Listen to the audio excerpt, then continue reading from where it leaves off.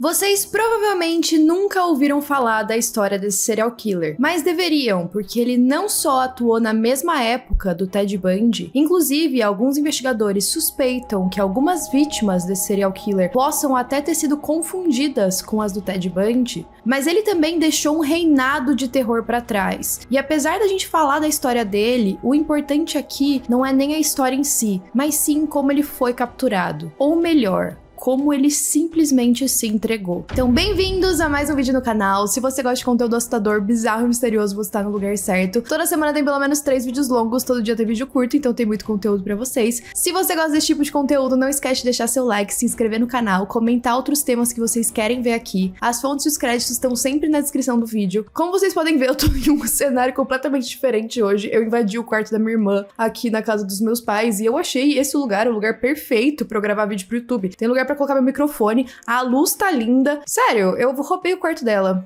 E tudo bem, porque ela nem assiste meus vídeos, então assim, ela não vai nem ficar sabendo. Inclusive, ela fica tirando fotos no meu quarto. Agora é a hora de eu retomar o meu posto de irmã mais velha. Queria deixar um aviso também pra vocês que hoje, quando esse vídeo tiver ido pro ar, eu já vou ter ido viajar. E vocês sabem como é a minha rotina quando eu vou viajar. Eu sempre adianto 1 milhão de conteúdos pra não deixar meus filhos, vocês, sem conteúdo enquanto eu tô viajando. Então eu vou deixar os vídeos prontos pro canal. E é por isso, inclusive, que hoje o meu delineado tá super torto. Várias vezes que eu gravo vídeo ele tá torto, mas hoje eu confesso que, tipo assim, ele simplesmente ficou e eu vou aceitar que ele vai ficar assim e tá tudo certo. E talvez vocês devam ter reparado também que os últimos vídeos têm sido mais longos. E talvez esse seja um processo que eu quero fazer aqui no canal e que eu quero saber a opinião de vocês. Talvez em algumas semanas a gente reduza a quantidade de vídeos, de repente ao invés de ser 3, vão ser 2, mas vão ser vídeos maiores, com mais detalhes.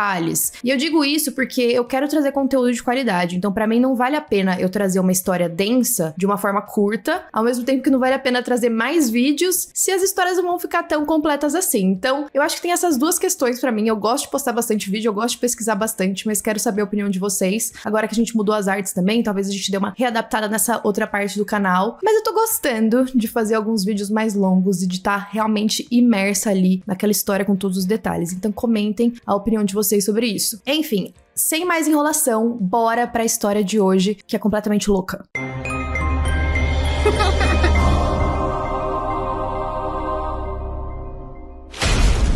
A forma que eu vou contar essa história pra vocês vai ser um pouco diferente, e eu garanto que vai fazer sentido no final. Eram quase 8 horas da noite do dia 11 de dezembro de 1981, quando o serial killer Stephen Morin estava dirigindo a SUV dele, contendo a última prisioneira, uma mulher chamada Margie Palm, e eles estavam ao norte de San Antônio. Helicópteros estavam circulando por várias cidades e a polícia estava orientando as pessoas para ficarem dentro de suas casas. A busca por aquele cara era gigante. A maioria das pessoas já estava ciente que o Morin estava solta, mas a preocupação dele naquele dia não era escapar, mas sim encontrar a trilha sonora perfeita para o sequestro da Palm. Ela era uma mulher texana de 30 anos e estava sentada no banco do passageiro. 6 horas antes, ela estava no estacionamento de um mercado, fazendo compras para o Natal, quando ela foi abordada assim que ela estava chegando no carro dela por esse homem segurando um revólver. Então ele empurrou ela pra dentro do carro dela e entrou junto. A Margie se parecia muito como as outras vítimas dele. Ela era uma mulher bonita, magra, loira, e apesar dela estar apavorada com aquela situação, ela não tentou fugir como a maioria das outras vítimas tinha tentado. Ela não estava sentindo um medo, mas talvez uma angústia. O Morin, quando a abordou, estava sob o efeito de anfetaminas, e ele também estava com muita coisa na cabeça, afinal a polícia estava atrás dele. Então ele começou a gritar com ela para entrar logo no carro e a ameaçou com a arma. Parecia que a Margie era uma das poucas pessoas da cidade que tinha perdido as notícias naquele dia. Então ela não tinha conhecimento dos crimes horríveis que aquele cara tinha cometido. Enquanto os dois estavam sentados dentro do carro, no estacionamento, o Morin começou a falar para ela que provavelmente os dois morreriam em um tiroteio naquele dia, porque ele estava com muito medo de ser abordado pela polícia. Foi aí que ele notou que tinham vários presentes de Natal no banco de trás, e aí ele se virou e esticou a mão mão pra fuçar eles. Depois, ele começou a jogar aqueles presentes ao redor, mostrando uma grande frustração e se perguntando por que ele nunca tinha recebido esse tipo de presente quando ele era criança e por que os animais eram tratados melhor do que ele. Então ele criticou aquela princesa protegida que estava sentada do lado dele. E a Marge só conseguiu falar que ela sentia muito. Foi aí que ela decidiu fechar os olhos e ela percebeu que aquele homem que estava do lado dela, gritando com ela, não era um inimigo, apesar dele estar carregando 3 facas além da arma. Ela decidiu que tudo na vida tinha um motivo. Então, se ela estava nessa situação, ali naquele carro, presa junto com ele, algum motivo tinha. Para entender por que ela conseguiu se manter calma nesse momento, a gente precisa voltar um pouco na história da Marge Palm. A Marge nasceu em uma cidade chamada El Paso e ela era filha de um construtor que já tinha desenvolvido de forma pioneira algumas novidades no ramo de construção. Então ele já tinha se reinventado 2 vezes e conseguiu uma pequena fortuna. A família da Palm aparecia regularmente em colunas de revista. E ela também aparecia... Amor, foco na gata. Tudo bem? Você pode dar licença, por favor? Vem no meu colo, então. Mas a Palm também aparecia nas manchetes. Afinal, quando ela era adolescente, ela era super bronzeada, ela tinha os cabelos longos e loiros e um sorriso muito bonito. Então ela participou até de concursos de beleza. Ela também era uma aluna honrada que estudou espanhol, latim e artes. Ela era a filha do meio e ela era mais próxima do pai. Isso até ela chegar aos 11 anos, quando ele infelizmente faleceu em um violento acidente de carro. Todo mundo ficou abalado na família, é óbvio, a Palm também, mas apesar dela estar muito triste, foi ela que se tornou a pessoa que os outros membros familiares podiam contar nesse momento. Então ela ofereceu todo um suporte psicológico. Quando ela cresceu e estava no ensino médio, ela se tornou líder de torcida e também jogadora de tênis. Mais tarde, ela conheceu um incorporador imobiliário chamado Bart Palm, e ele precisou convidar ela para sair 7 vezes antes dela aceitar. Depois de 7 meses de namoro, o Bart ia se mudar para San Antônio e foi aí que ele chamou a Marge para morar junto com ele. Ela falou que ela só iria se ele pedisse ela em casamento e foi isso que ele fez. Os dois se casaram e desde a morte do pai, a Palm se tornou extremamente religiosa. Nos anos 70, ela foi em um retiro espiritual que despertou esse interesse religioso nela, que ela ficou tão assustada que ela tinha medo de contar isso para os parentes e amigos e eles julgarem. Ela acreditava que esse interesse surgiu porque talvez ela tivesse essa vontade de tentar se reconectar com o pai dela, que ela amava tanto, e também para ocupar a mente agora que ela estava em uma nova cidade. Em 77 e 79, ela teve respectivamente uma filha e um filho. E aí ela se tornou uma mãe super dedicada, ela fazia vários trabalhos artesanais e artísticos juntos com eles, e ela cuidava mais dessa parte da casa. Curiosamente, uma noite antes dela ser sequestrada, ela leu sobre um sobrevivente do Holocausto. Esse homem teria se tornado um ativista e encontrou a cura ao perdoar um guarda nazista que estava no campo de concentração onde a irmã dele foi morta. Então a gente consegue entender que ela era uma pessoa bem religiosa e ela tinha muita fé. Então agora, voltando para aquele momento em que ela estava com aquele serial killer dentro do carro, sem nem ter noção dos crimes que ele já tinha cometido, ela simplesmente começou a rezar para ele. E aí o Maureen ficou chocado, ele falou: meu Deus, eu não acredito, eu entrei no carro com uma aberração religiosa. Ele tinha uma fama muito grande de desarmar as vítimas dele ao mudar de aparência. Ele também tinha muito carisma e uma coleção de histórias. Inclusive, um psicólogo que avaliou ele antes do primeiro julgamento o descreveu como um cara bastante charmoso, amigável e uma pessoa muito interessante para conversar, apesar de possivelmente ter um transtorno de personalidade antissocial. O Maureen pensou que a Palm estava só tentando enganar ele com um monte de bobagens religiosas, mas ele começou a acreditar que o que ela estava falando era verdade porque ela puxou um livro que ela tinha dentro do carro com várias escrituras que tinham sido copiadas à mão por ela. E assim, o Stephen Maureen era um cara que estava acostumado a dominar as mulheres de uma forma muito fácil, mas ele não estava conseguindo fazer isso com a Palm. E aí, de repente, ela, sentindo uma força bizarra que ela nunca tinha sentido antes, ela tirou as mãos debaixo dela, que foi onde ele tinha mandado obrigado que ela as deixasse, colocou as mãos na testa do Maureen e tentou expulsar o mal. E ela dizia coisas como: seus espíritos malignos vão embora, vocês não vão continuar destruindo a vida dele e a minha, agora saiam do meu carro. E assim, eu tô rindo porque deu certo, tá, gente? Esse caso é muito sério e muito terrível, mas eu fico pensando, imagina você ser uma vítima que tá sendo sequestrada por um serial killer, e aí, tipo, você consegue escapar eventualmente, mas aí você chega em casa e você pensa, mano, eu coloquei a mão na testa dele e tentei fazer um exorcismo ali, tirar o espírito mal de dentro dele, tipo, onde que eu tava com a cabeça, sabe? Mas funcionou. O Maureen tava ali naquela carreira porque ele odiava mulheres. Ele queria dominar elas, mas ele não dominou a Marge. E parece que essa atitude dela virou uma chavinha na cabeça dele. De repente, ele falou: eu não quero te machucar, senhora, mas eu não sei como deixar você ir embora. Os dois ficaram horas e horas estacionados ali naquele carro. Eventualmente, o Maureen pediu pra ela dirigir pela cidade, eles até pararam em um drive-thru do McDonald's, pediram lanches, o Maureen disse que ia querer o lanche e 2 Coca-Colas pra ele e pra namorada. E depois eles foram dirigindo no escuro até uma rodoviária que ficava nos arredores de San Antônio. Nesse trajeto, o Maureen decidiu que a seleção de fitas pra ouvir música no carro da Marge deixava a desejar. Ele tirou uma fita que tava tocando sobre o poder do amor, e aí ele acendeu uma luz, começou a procurar ali no meio, e aí ele tava achando muito chato que todas as fitas ali eram de música gospel. Ele até comentou: nossa, você realmente é uma fanática. Só que a Marge tava percebendo que aquela expressão de ódio dele tava se tornando algo mais leve. E aí ele comentou: se você tem o que eu acho que você tem, então você é uma senhora bem legal. E ele confirmou o que ele tava pensando. Ele encontrou uma fita que era o single de estreia do Christopher Cross, que tinha uma música chamada Ride Like the Wind. E ele comentou que aquela música era a favorita dele e ele colocou pra tocar. A Marge ficou com muito medo ao ouvir ele cantando, mas também foi o primeiro momento em que ela viu algum tipo de amolecimento da parte dele. Nos anos 80, o Maureen foi apelidado pela polícia como Camaleão, e ele nunca ganhou muita notoriedade na cultura pop, como alguns outros serial killers infelizmente conseguiram, porque ele vivia mudando de disfarces. Ele era suspeito de mais assassinatos do que o Ted Bundy e o Jeffrey Dahmer foram condenados. E a Marge começou a lembrar de tudo que ela tinha feito na cabeça dela pra chegar naquele carro junto com aquele cara. O mercado que ela tinha ido fazer as compras de Natal nem era o mercado que ela estava acostumada a frequentar. Ela nem tinha planejado parar ali, foi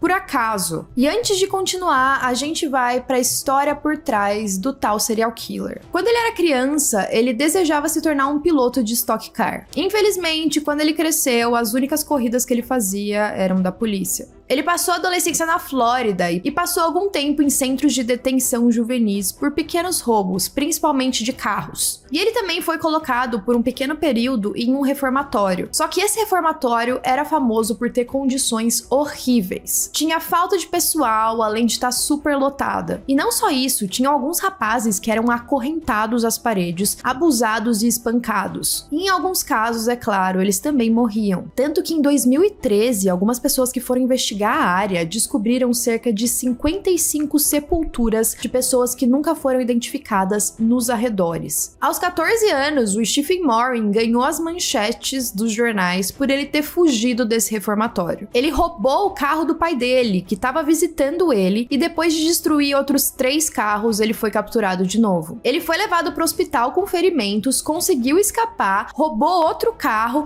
e ele gerou uma perseguição com a polícia a 160 km por hora. Ele foi pego de novo, e aí naquele ano, já tendo sido responsável pelo roubo de mais de 20 carros, ele foi preso em um local da Flórida, que inclusive também foi o local de prisão do Ted Bundy. Foi a instituição em que ele viveu antes da execução dele, 2 décadas depois. O Maureen sempre culpava as perversões dele na mãe. Ele achava que era culpa dela ele ter esse comportamento por ter enviado ele para um orfanato. E ele também dizia ter testemunhado o abuso sexual da mãe perante o irmão. Ela também teria algumas façanhas sexuais com garotos da idade dele. O Maureen também disse que quando ele tinha 15 anos e estava preso, ele foi sodomizado. Aqui a gente tem algumas polêmicas e controvérsias. A gente sabe que muitos psicopatas e serial killers têm a tendência de mentir, e uma tendência que o Maureen tinha era de culpar os crimes dele em outras pessoas. Ele até dizia que teve uma mulher que ele matou porque ela forçou ele a fazer isso. Depois de receber liberdade condicional, o Maureen se tornou tornou um criminoso ainda mais prolífico. Os crimes dele foram escalando, mas no começo era por posse de drogas, por ter batido em uma namorada, agora um alerta de gatilho por conta de animais, mas ele também foi responsável por matar o gato da namorada dele e depois enviar ele pelo correio para ela. Em 76, depois dele se casar com a primeira esposa, o Morin teria cometido um crime tão horrível que o advogado que atendeu esse caso até hoje tem pesadelos. O Morin atraiu a amiga da irmã dele, de 14 anos, de volta pro apartamento com a desculpa de que ela precisava de uma ajuda. Assim que ela chegou lá, o Morin teria a amordaçado e torturado ela sexualmente durante 6 horas com a TV ligada. E essa garota sobreviveu. De acordo com ela, 50 anos depois, essa experiência foi tão horrível que ela se questionava naquele momento se ela não conseguiria ir até a janela e pular para ter uma morte mais humana. Só que ela também conseguiu entrar na mente dele. Em um pequeno momento, quando o Morin retirou a mordaça dela, ela disse coisas como: "Você só precisa de alguém que se preocupe com você, você só tá ferido". E ela acredita que foi por isso que ele deixou ela viver, porque ela teria mostrado compaixão com ele. Então, antes dele fugir da cidade, ele permitiu que ela fosse embora. Só que ela tava com hematomas cobrindo todo o rosto e todo o corpo, e é claro que com um trauma psicológico que durou a vida inteira dela. Infelizmente, as mulheres que o Morin atacou depois não tiveram a mesma sorte. Ele se mudou para Las Vegas depois de ter um arquivo do FBI 100% dedicado a ele e também com um mandado de prisão em São Francisco. Lá ele assumiu um novo pseudônimo, ele conseguiu um novo emprego e uma nova esposa. E foi aí que começaram os assassinatos. Essa questão do disfarce era um grande problema, porque ele conseguia se disfarçar muito bem e parecer uma pessoa completamente diferente. O modus operandi era caçar essas mulheres, a maioria brancas,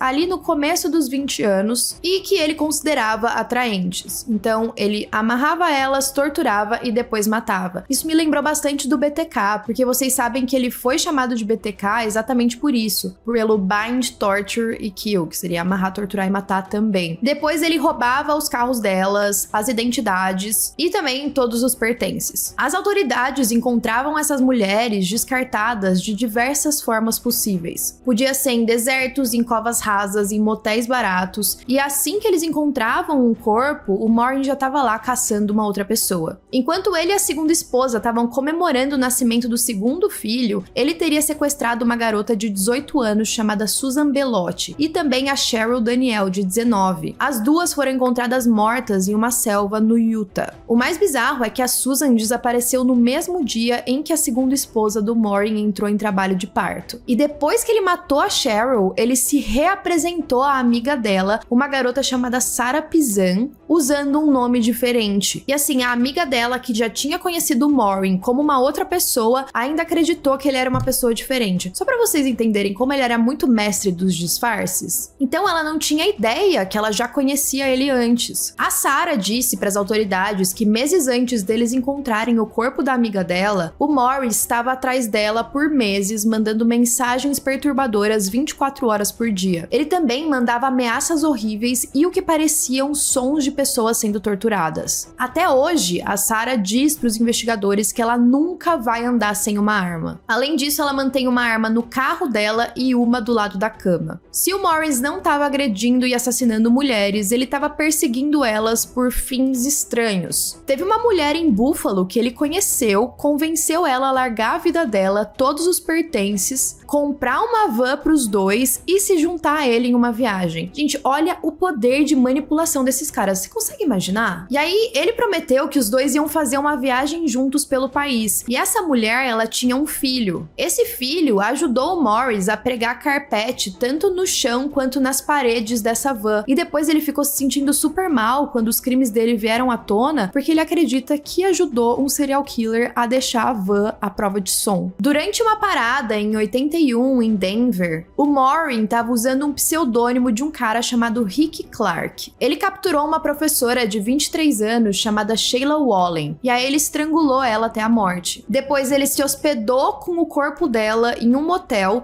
deixou o corpo na cama e ligou a TV. Imediatamente antes dele capturar essa professora, ele também estava com uma outra mulher, as duas se conheceram, jogaram videogame juntas e depois ele foi lá e matou uma delas. Na madrugada, antes dele encontrar a Marge, que é a pessoa que a gente mais está falando nessa história, o Maureen cometeu um erro. Ele tava apontando uma arma pra uma garota chamada Carrie Scott, de 21 anos. Isso no estacionamento de um restaurante que ficava em San Antônio. Mas aí um amigo dele apareceu bem nessa hora. O Maureen ficou em choque, ele não tava esperando aquilo, ele não sabia o que fazer, e aí ele atirou tanto na Carrie quanto no amigo dele. A garota sobreviveu, mas o suposto amigo dele não. Só que aí uma testemunha que tava passando por ali, viu a cena, conseguiu anotar a placa do carro do Maureen. Horas depois, a polícia rastreou ele até um motel super decadente. E aí ele foi sair do quarto pra pegar uma Coca-Cola na máquina que tinha no corredor do motel, enquanto ele mantinha uma mulher como refém dentro do quarto. Assim que ele saiu, ele avistou a polícia no estacionamento. Ele voltou pro quarto, conseguiu deslizar o corpo dele de 1,70 pela janela do banheiro e escapou antes que o motel fosse invadido pela equipe da SWAT. Apesar deles terem perdido o Maureen, eles conseguiram libertar a garota que estava sendo feita como refém. Então assim, vocês conseguem ver que ele nunca ficava sozinho? Ele deixava uma mulher, matava, já pegava outra, e aí eram 2 na mesma noite. E aquela não tinha sido a primeira vez que ele escapou das autoridades por pouco. No início daquele ano, ele tinha sido preso e levado para a delegacia sob 2 pseudônimos diferentes. Uma dessas prisões tinha sido por conta de cárcere privado e a outra por vadiagem com o propósito de se envolver em um ato sexual desviante. Eu nem sei que tipo de acusação é essa. Só que apesar de ter esses alertas das autoridades, com o rosto dele, ele era tão bom no disfarce de novo que nas 2 vezes ele foi solto. Ele tinha dinheiro para pagar a fiança e desaparecer antes que os policiais se tocassem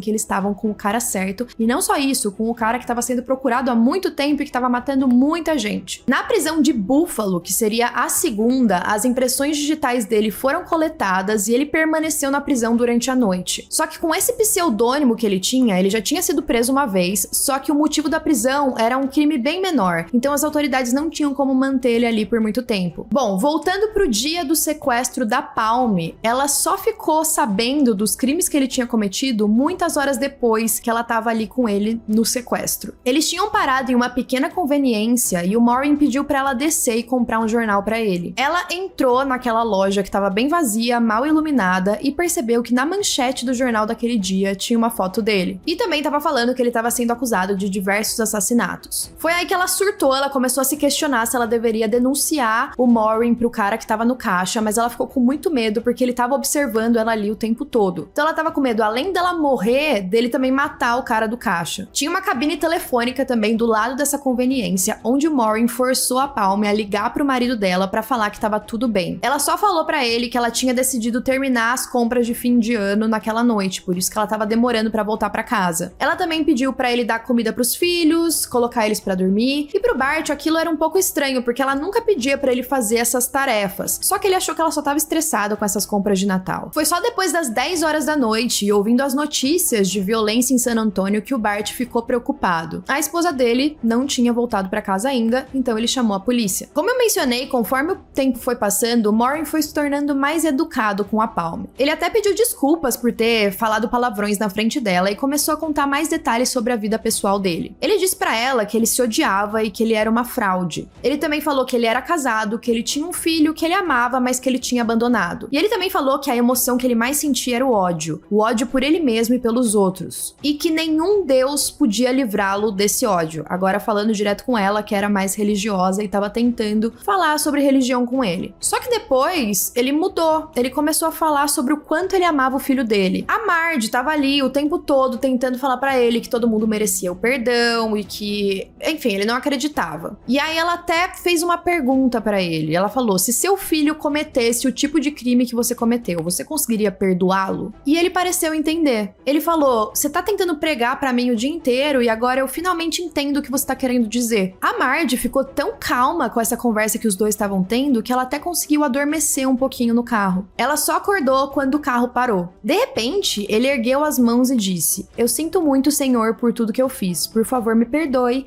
eu quero ir pro céu. Depois, ele abriu o revólver e despejou todas as balas que tinham dentro na bolsa da Palm. Ele também disse que nunca mais ia matar. Só que, um detalhe, tá? Essas não eram as únicas balas que ele tinha, porque a gente vai falar: nossa, meu Deus, gente, o cara se converteu 100%. Quando ele foi preso, ele tava com 11 cartuchos de reserva no bolso, além de um saco de speed e vários sedativos. Ele também enfiou a mão no bolso e tirou tirou um brinco que tinha uma cruz e uma pedra verde e deu pra ela. Mas isso também não era fora do normal, ele tinha dado brincos semelhantes pra outras mulheres que ele tinha assassinado. O Maureen começou a falar com a Palme até demonstrando um certo interesse amoroso. Ele disse que em outras circunstâncias ele até levaria ela pra um encontro. E aí eles chegaram até aquela rodoviária e eles descobriram que o Maureen conseguiria chegar em uma cidade chamada Fort Worth no próximo ônibus que ele pegasse. E foi ela que comprou a passagem pra ele. Ele perguntou se ela não ia junto com ele, e aí ela falou, não, eu tenho 2 filhos em casa, como se esse fosse o único motivo, né? E aí ela falou, não, você tem que entrar nesse ônibus, Deus tá com você, vai lá. E aí o Maureen pediu permissão pra dar um abraço nela e deu um beijo na bochecha. Ela também deu pra ele aquele caderno com as escrituras e disse pra ele usar aquilo ao invés das armas. E aí ele simplesmente entrou no ônibus. Quando a Palme voltou pro carro dela,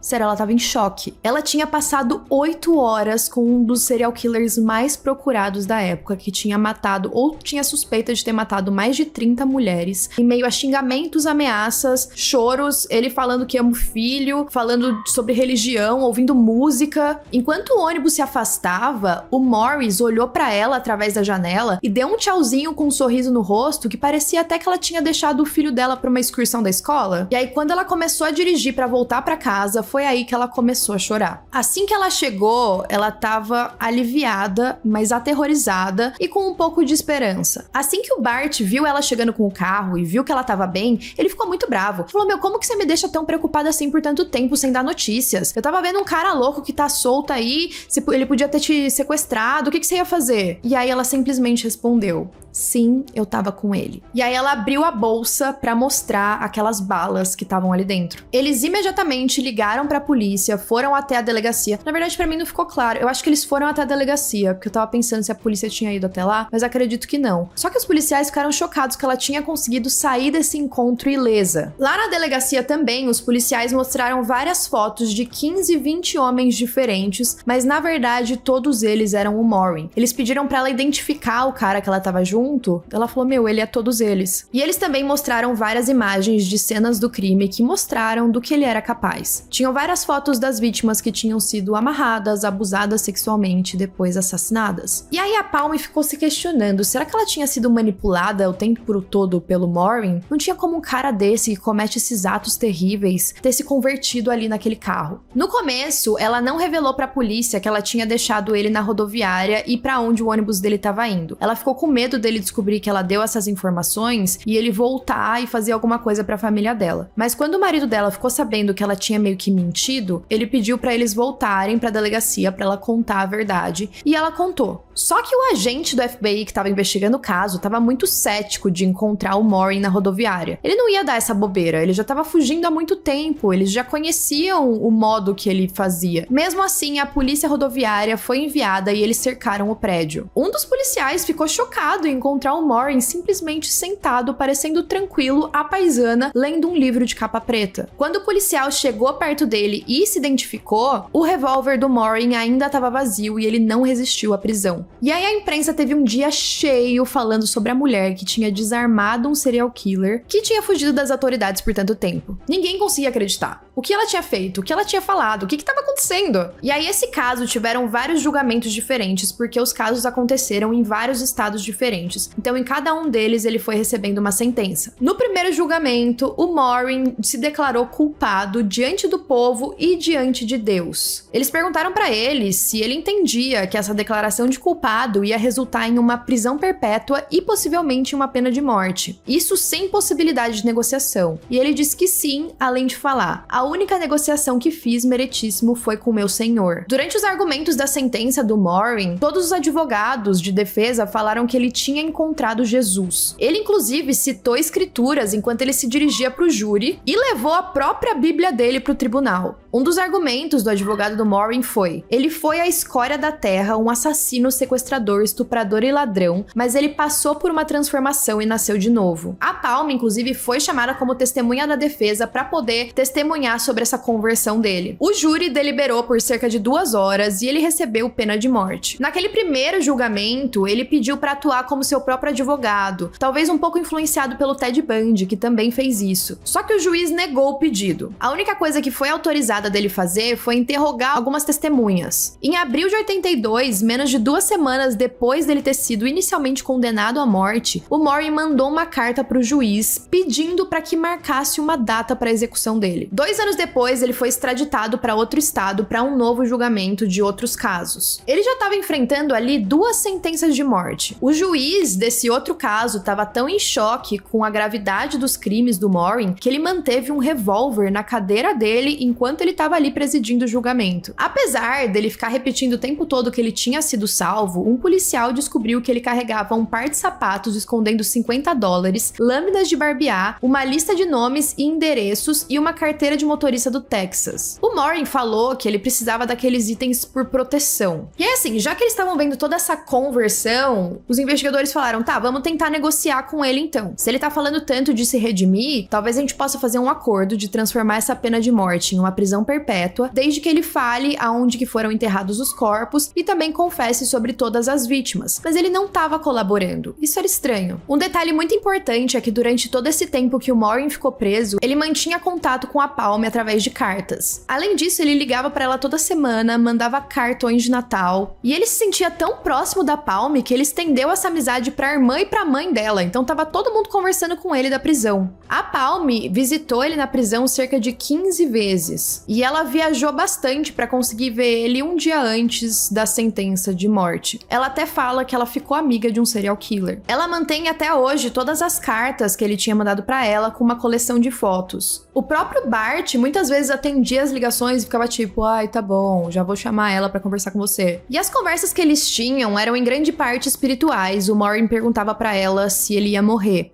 E apesar dela acreditar que o Morin poderia sim ser perdoado, ela nunca pensou que ele merecesse menos do que uma prisão perpétua. E ele parecia se sentir mais culpado por estar perturbando a vida do Bart do que pelos crimes que ele tinha cometido. Ele chegou até a pedir desculpas pelo Bart e falar que ele não queria ficar entre o relacionamento dos dois. Como se, sei lá, a Palme em algum momento tivesse algum interesse amoroso nele. Ele foi executado no dia 13 de março de 1985. A caminho da Câmara da Morte, agora com 34 anos, ele perguntou de brincadeira se alguém queria ir pescar. Uma vez lá dentro, ele foi amarrado em uma maca e ele permaneceu muito calmo enquanto os médicos estavam tentando encontrar alguma veia para colocar a injeção letal. E era muito difícil de encontrar porque ele era um viciado em drogas. As palavras finais dele foram: Senhor Jesus, entrego minha alma a ti. Eu te louvo e te agradeço. O procurador-geral do Texas na época descreveu essa execução como a menos violenta que ele já havia testemunhado. De acordo com ele, foi como se uma pessoa fosse colocada para dormir durante uma operação. Essa história da Marge com o Morin só veio à tona recentemente. Ela nunca tinha contado essa história para nenhum jornalista. Ela tinha medo, ela não queria compartilhar as cartas, as fotos, ela tinha medo dela não ser compreendida. Então ela finalmente relatou todos os detalhes para Vanity Fair, que fez uma reportagem incrível sobre o caso. E ela só começou a processar tudo o que tinha acontecido com ela quando ela começou a falar e escrever sobre isso com a ajuda da filha, a Noelle. Ela se arrepende de algumas coisas na época enquanto ela conversava com o Morin. Ela disse que ela queria ter vocabulário suficiente para tentar fazer ele compreender e se responsabilizar pelos crimes, até para tentar fazer com que ele cooperasse com a polícia e também falasse com as famílias das vítimas. Só que ela falou que ela era muito nova na época, ela não pensou muito sobre isso e se ela pudesse voltar era o que ela faria. Apesar de tudo, apesar dela ter conseguido escapar, ela vive a vida com medo, ela dirige um carro vermelho que ela diz que chama bastante atenção e ela só estaciona em lugares com muita iluminação e que tenham pessoas por perto. E ela raramente vai em grandes lojas a menos que tenha alguma companhia com ela. Ela até disse que teve gatilho com uma das cenas da série Mindhunter da Netflix, que se vocês assistiram, vocês bem se lembram que tem um agente do FBI, que é interpretado pelo Jonathan Groff, que seria o John Douglas na vida real, que ficou muito próximo de um serial killer, o Ed Kemper, que parecia ser amigo dele. Mas de repente, em uma das cenas, ele retira essa fachada amigável e mostra que é sim um assassino. E que, é claro, ainda é uma ameaça. O Morin chegou a pedir pra Palme pra assistir à execução dele, mas ela achou que era mais importante estar com o marido dela naquele dia. Apesar dela ter visitado ele no corredor da morte. Ela disse que quando eles se encontraram pela última vez, ele tava com uma bíblia, uma lata de Sprite e um grande sorriso no rosto. Ela falou que ele dizia coisas como ele tava preparado pra morrer, que ele ia estar com o Senhor, que ele tava feliz. E nas polaroids que foram tiradas no dia em que ele morreu, ele tá com um grande sorriso no rosto. Ele também disse: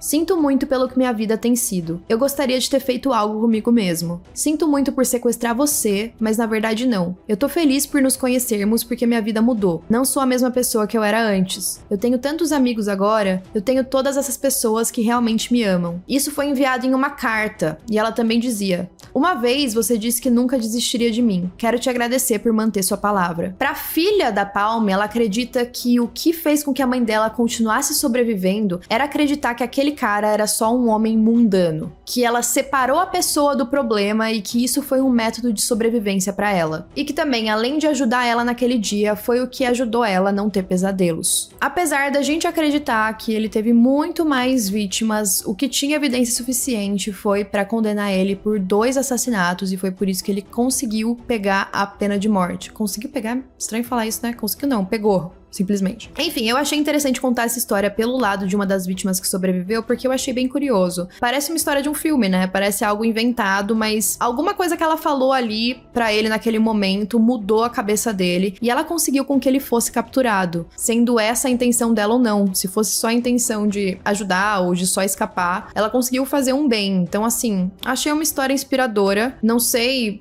até que ponto a gente acredita também nas palavras dele, mas eu acredito que ele foi convertido sim, e talvez ele tenha conseguido pensar em algumas outras coisas. Talvez tenha conseguido algum tipo de apoio emocional ali pra ver o que ele tava fazendo e parar com aquilo e mudado pra uma pessoa melhor. É claro que ainda assim ele tem que ser punido por tudo que ele fez, por toda a dor que ele causou, por esse terror que foram os anos em que ele tava solta. Mas eu fico feliz que essa história teve esse final. Enfim, comentem aí o que vocês acharam e até a próxima.